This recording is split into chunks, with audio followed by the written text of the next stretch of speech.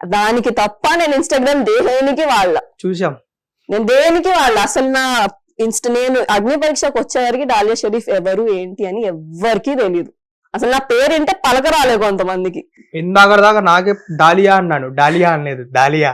ఇందాక నాకు తెలియదు, అసలు ఎవరికి తెలియదు. మా ఇంట్లోని, నా సర్కిల్లోని, నా ఫిట్నెస్ కల్చర్ లో, అది కూడా మా ఐసిఎన్ ఛాంపియన్స్ ఉంటారు, వాళ్ళలో నాకు ఒక కోచ్ ఉన్నారు, వాళ్ళ బట్టి వాళ్ళందరూ నాకు పరిచయం. అంతేగాని మనమేమో పెద్ద అది కాదు పర్సనల్ లైఫ్ లో. ఇన్స్టాగ్రామ్ ఉంది కూడా అందుకు ఉంది. ఇప్పుడు సడన్ గా ఇన్ని వ్యూస్ వచ్చేసి దాంట్లో ఇంత మంది వచ్చేసి ఇన్ని ఒపీనియన్స్ ఇచ్చేస్తుంటే నాకు అర్థం కాలేదు బ్రో. మీకు లైఫ్ లో ఇంత ఖాళీ టైం ఉందా?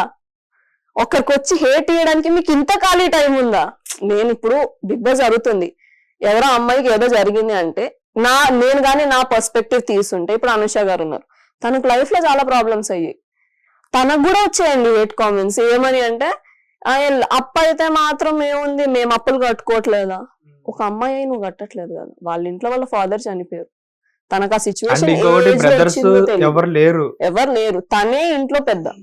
తన పాయింట్ ఆఫ్ వ్యూ, తన లైఫ్ లో తను చాలా స్ట్రాంగ్. దాన్ని తీసుకొచ్చి ఇన్స్టాగ్రామ్ లో అక్కడిక్కడ ఏం చేస్తున్నారు తెలుసు? ఇప్పుడు అప్పు కడితే నువ్వు పెద్ద మనిషి అయిపోయావు, నువ్వు అప్పు కట్టినందుకు నిన్ను బిగ్ బాస్ లో తీసేసుకోవాలా? నువ్వు తన సిచ్యువేషన్ ఉంటే నువ్వు కట్టుంటే నీకు తెలిసేది యాజ్ అ పర్సన్. ఎందుకంటే ఇప్పుడు నాకు కూడా నా నెత్తి మీద అప్పులు, నాకు తెలుసు ఆ పిల్ల ఏ ప్రెషర్ లో ఉండుంటది ఆ పాయింట్ లో. ఎందుకంటే మా ఫాదర్ బాగాలేరు, తనకు హాస్పిటల్ బిల్స్ అయ్యాయి, ఇప్పుడు అంత అప్పు నా నెత్తి మీదే ఉంది ఇంట్లో. తనది మాట్లాడినప్పుడు నేను ఎమోషన్ అయ్యా లోపల. ఎందుకంటే ఆ పర్స్పెక్టివ్ లో మేము ఎప్పుడు మా మెగా ఆడిషన్స్ లో ఏమైంది, చాలా స్ట్రిక్ట్ గా ఎవరికి ఏం తెలియదు. అగ్ని పరీక్ష టాప్ 15 వచ్చే వరకు మాకు అసలు ఎవరు ఏంటి మొత్తం పేర్లు కూడా తెలియదు. ఎందుకంటే అంత సీక్రెసీ మెయింటైన్ చేశారు బిగ్ బాస్ వాళ్ళు. అనుష అక్కడికి వచ్చే వరకు మాకు తెలియదు. Anusha is just social media person, తనకి ఇన్ఫ్లుయెన్సర్ అని నాకు తెలుసు. మేము నార్మల్ గా అలా మాట్లాడుకున్నప్పుడు నా కంటెంట్ ఇలా ఉంటుందిరా అని తను అన్నది. ఓ అవునా, నేను కూడా నీ వీడియోస్ చూసా, ఇది అని మేము మాట్లాడుకున్నాం అంతే. మాకు అగ్ని పరీక్ష ఎపిసోడ్ వచ్చే వరకు తనకు అంత బ్యాక్ స్టోరీ ఉందని మాకు తెలియదే. ఎందుకంటే తను అక్కడ చెప్పిన స్టోరీ మా అందరికి చెప్పుంటే మేము కూడా విక్టిమైజ్ అయ్యేవాళ్ళం. పోనీలే పాపంలే అని మేమే చెప్పుకోలేదు. ఫస్ట్ ఏంటంటే మేము విక్టిమైజ్ కాలేదు, బయట మనుషులు అనుకున్నారు మేము విక్టిమైజ్ చేసుకుంటున్నాము అని. అదైతే మేము షోలో కూడా 4-5 సార్లు తీసి మాట్లాడే వాళ్ళం కదా, నేను నీకన్నా స్ట్రాంగ్, నాకు ట్రామా ఉంది. అక్కడికి వచ్చిన వాళ్ళు కామనర్స్ ఎవరికి వాడు తోపు అని అనుకునే ఫీల్ లోనే ఉంటారు. అనుష తోపు అయితే డాలియా తోపు. కానీ ఇంకొకటి, నాగార్జున గారు అంటే ఎందుకు అంత, నాగార్జున గారు చూడ్డానికి first he has a charisma అంటారు ఆయనకి, అదంతా వదిలేసిన ఆయన పర్సనల్ లైఫ్ లో he's very silent subtle person. నాకు అబ్బాయిలు అలా ఉంటేనే ఇష్టం. అది దాని గురించి నాకు నాగార్జున గారు అంటే ఇష్టం. ఇప్పుడు బిగ్ బాస్ రావడం వల్ల అంటున్నాను అన్నది చాలా మంది అంటున్నారు, కాదు. నాకు నాగార్జున గారి నుంచి నేను బిగ్ బాస్ చూడడానికి one of the reasons Nagarjuna గారు. ఎందుకంటే నేను ఫస్ట్ సీజన్ చూసా ఎన్టీఆర్ గారిది. తను ఇచ్చి పడేస్తారు, చూసాను, గట్టిగా ఇచ్చి పడేస్తారు. తను ఆయన అంటే భయం ఉండేది. ఎలా అంటే అమ్మాయి లోపలికి వచ్చి తిట్టేవారు మనోడు, అలా ఉండేవారు. అలాంటిది మళ్ళీ తర్వాత నానికి వచ్చింది. నాని ఏమో తిట్టినా దాని తర్వాత కామెడీ చేసి దాన్ని అలా కూల్ డౌన్ చేస్తారు.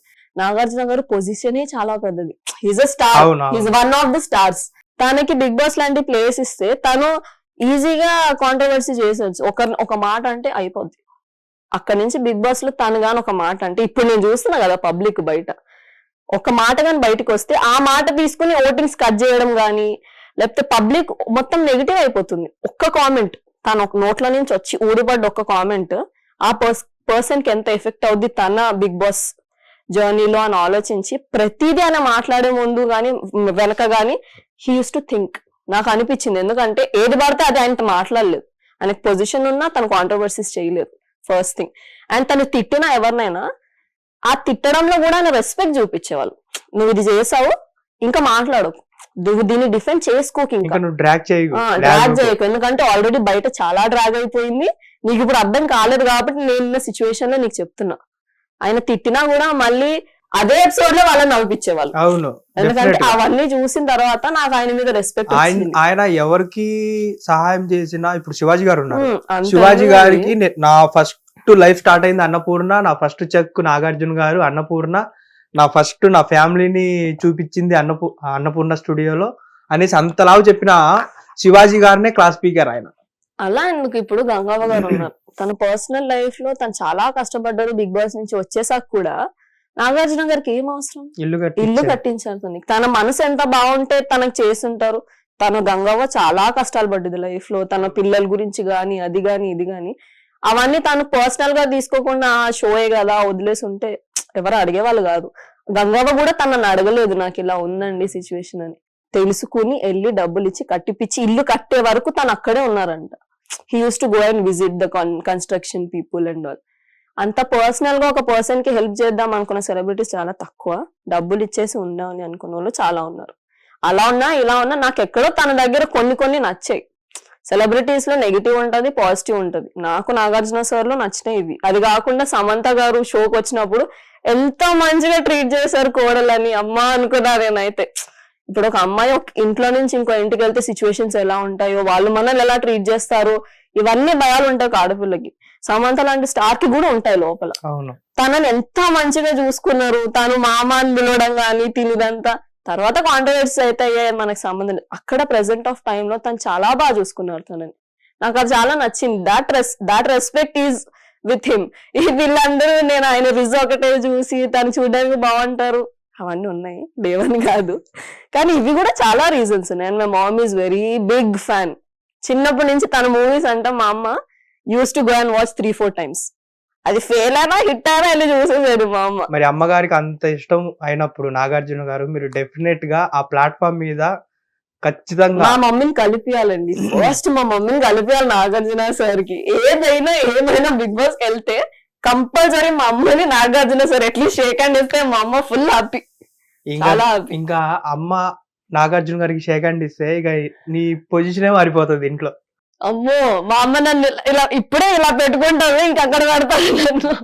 ఇంకొకటి మీరు ఒక ఇష్యూ ఫేస్ చేశారనేసి అన్నారు కదా, 5K రన్. అది డాన్సర్ గా ఉన్నప్పుడా లేకపోతే జిమ్ ట్రైనర్ గా ఉన్నప్పుడా? డాన్సర్ కమ్ నేను ఇండస్ట్రీలో యాక్టింగ్ లో కూడా ట్రై చేస్తుండే. అప్పుడు ఎక్కడ జరిగింది ఈ సిచ్యువేషన్? హైదరాబాద్ లో ఫిలిం నగర్ లో జరిగింది. ఎందుకు అంటే వాళ్ళు డ్రింక్ చేస్తున్నారా లేకపోతే అసలు అది ఎలా? ఒక్కళ్ళు ఆ టైంలో ఎందుకు వెళ్ళారు అసలు? అయినా కానీ వాళ్ళు ఏమైందంటే, నేను వేరే షూట్ జరిగింది నాకు, అది సమ్ సాంగ్ షూట్ ఏదో జరిగింది. I was wearing full sari and all, full tired ఉంటాం. శారీ మీద 5K రన్ చేశారు మీరు? మరి పొద్దున్న నుంచి పట్టుజీరా మళ్ళీ నేను కట్టుకుంది. ఏంటంటే ఆ రోజు దుర్గా మాతదు బోనాల సాంగ్స్ జరుగుతాయి కదా, దాంట్లో మా ఫ్రెండ్ ఎవరో ఏదో చేస్తున్నారంటే నేను వెళ్ళా షూట్ కి.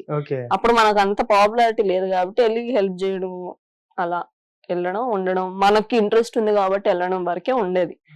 అది కాకుండా dance was my money financial support. అప్పుడు అవన్నీ నా లైఫ్ లో హార్డ్షిప్స్ ఉన్నప్పుడు ఆ రోజు ఏంటో ఫుల్ లేట్ అయిపోయింది షూట్. ఇప్పుడు ఒక షూట్ అయితే వాళ్ళు ఎలా ఉంటారంటే, ఈ సాంగ్స్ చేసేవాళ్ళు పొద్దున్నే సాయంత్రం కొట్టేయాలి సాంగ్ అన్నట్టు ఉంటారు, ఎందుకంటే వాళ్ళకి బడ్జెట్ పెరుగుద్ది నెక్స్ట్ డే అయితే.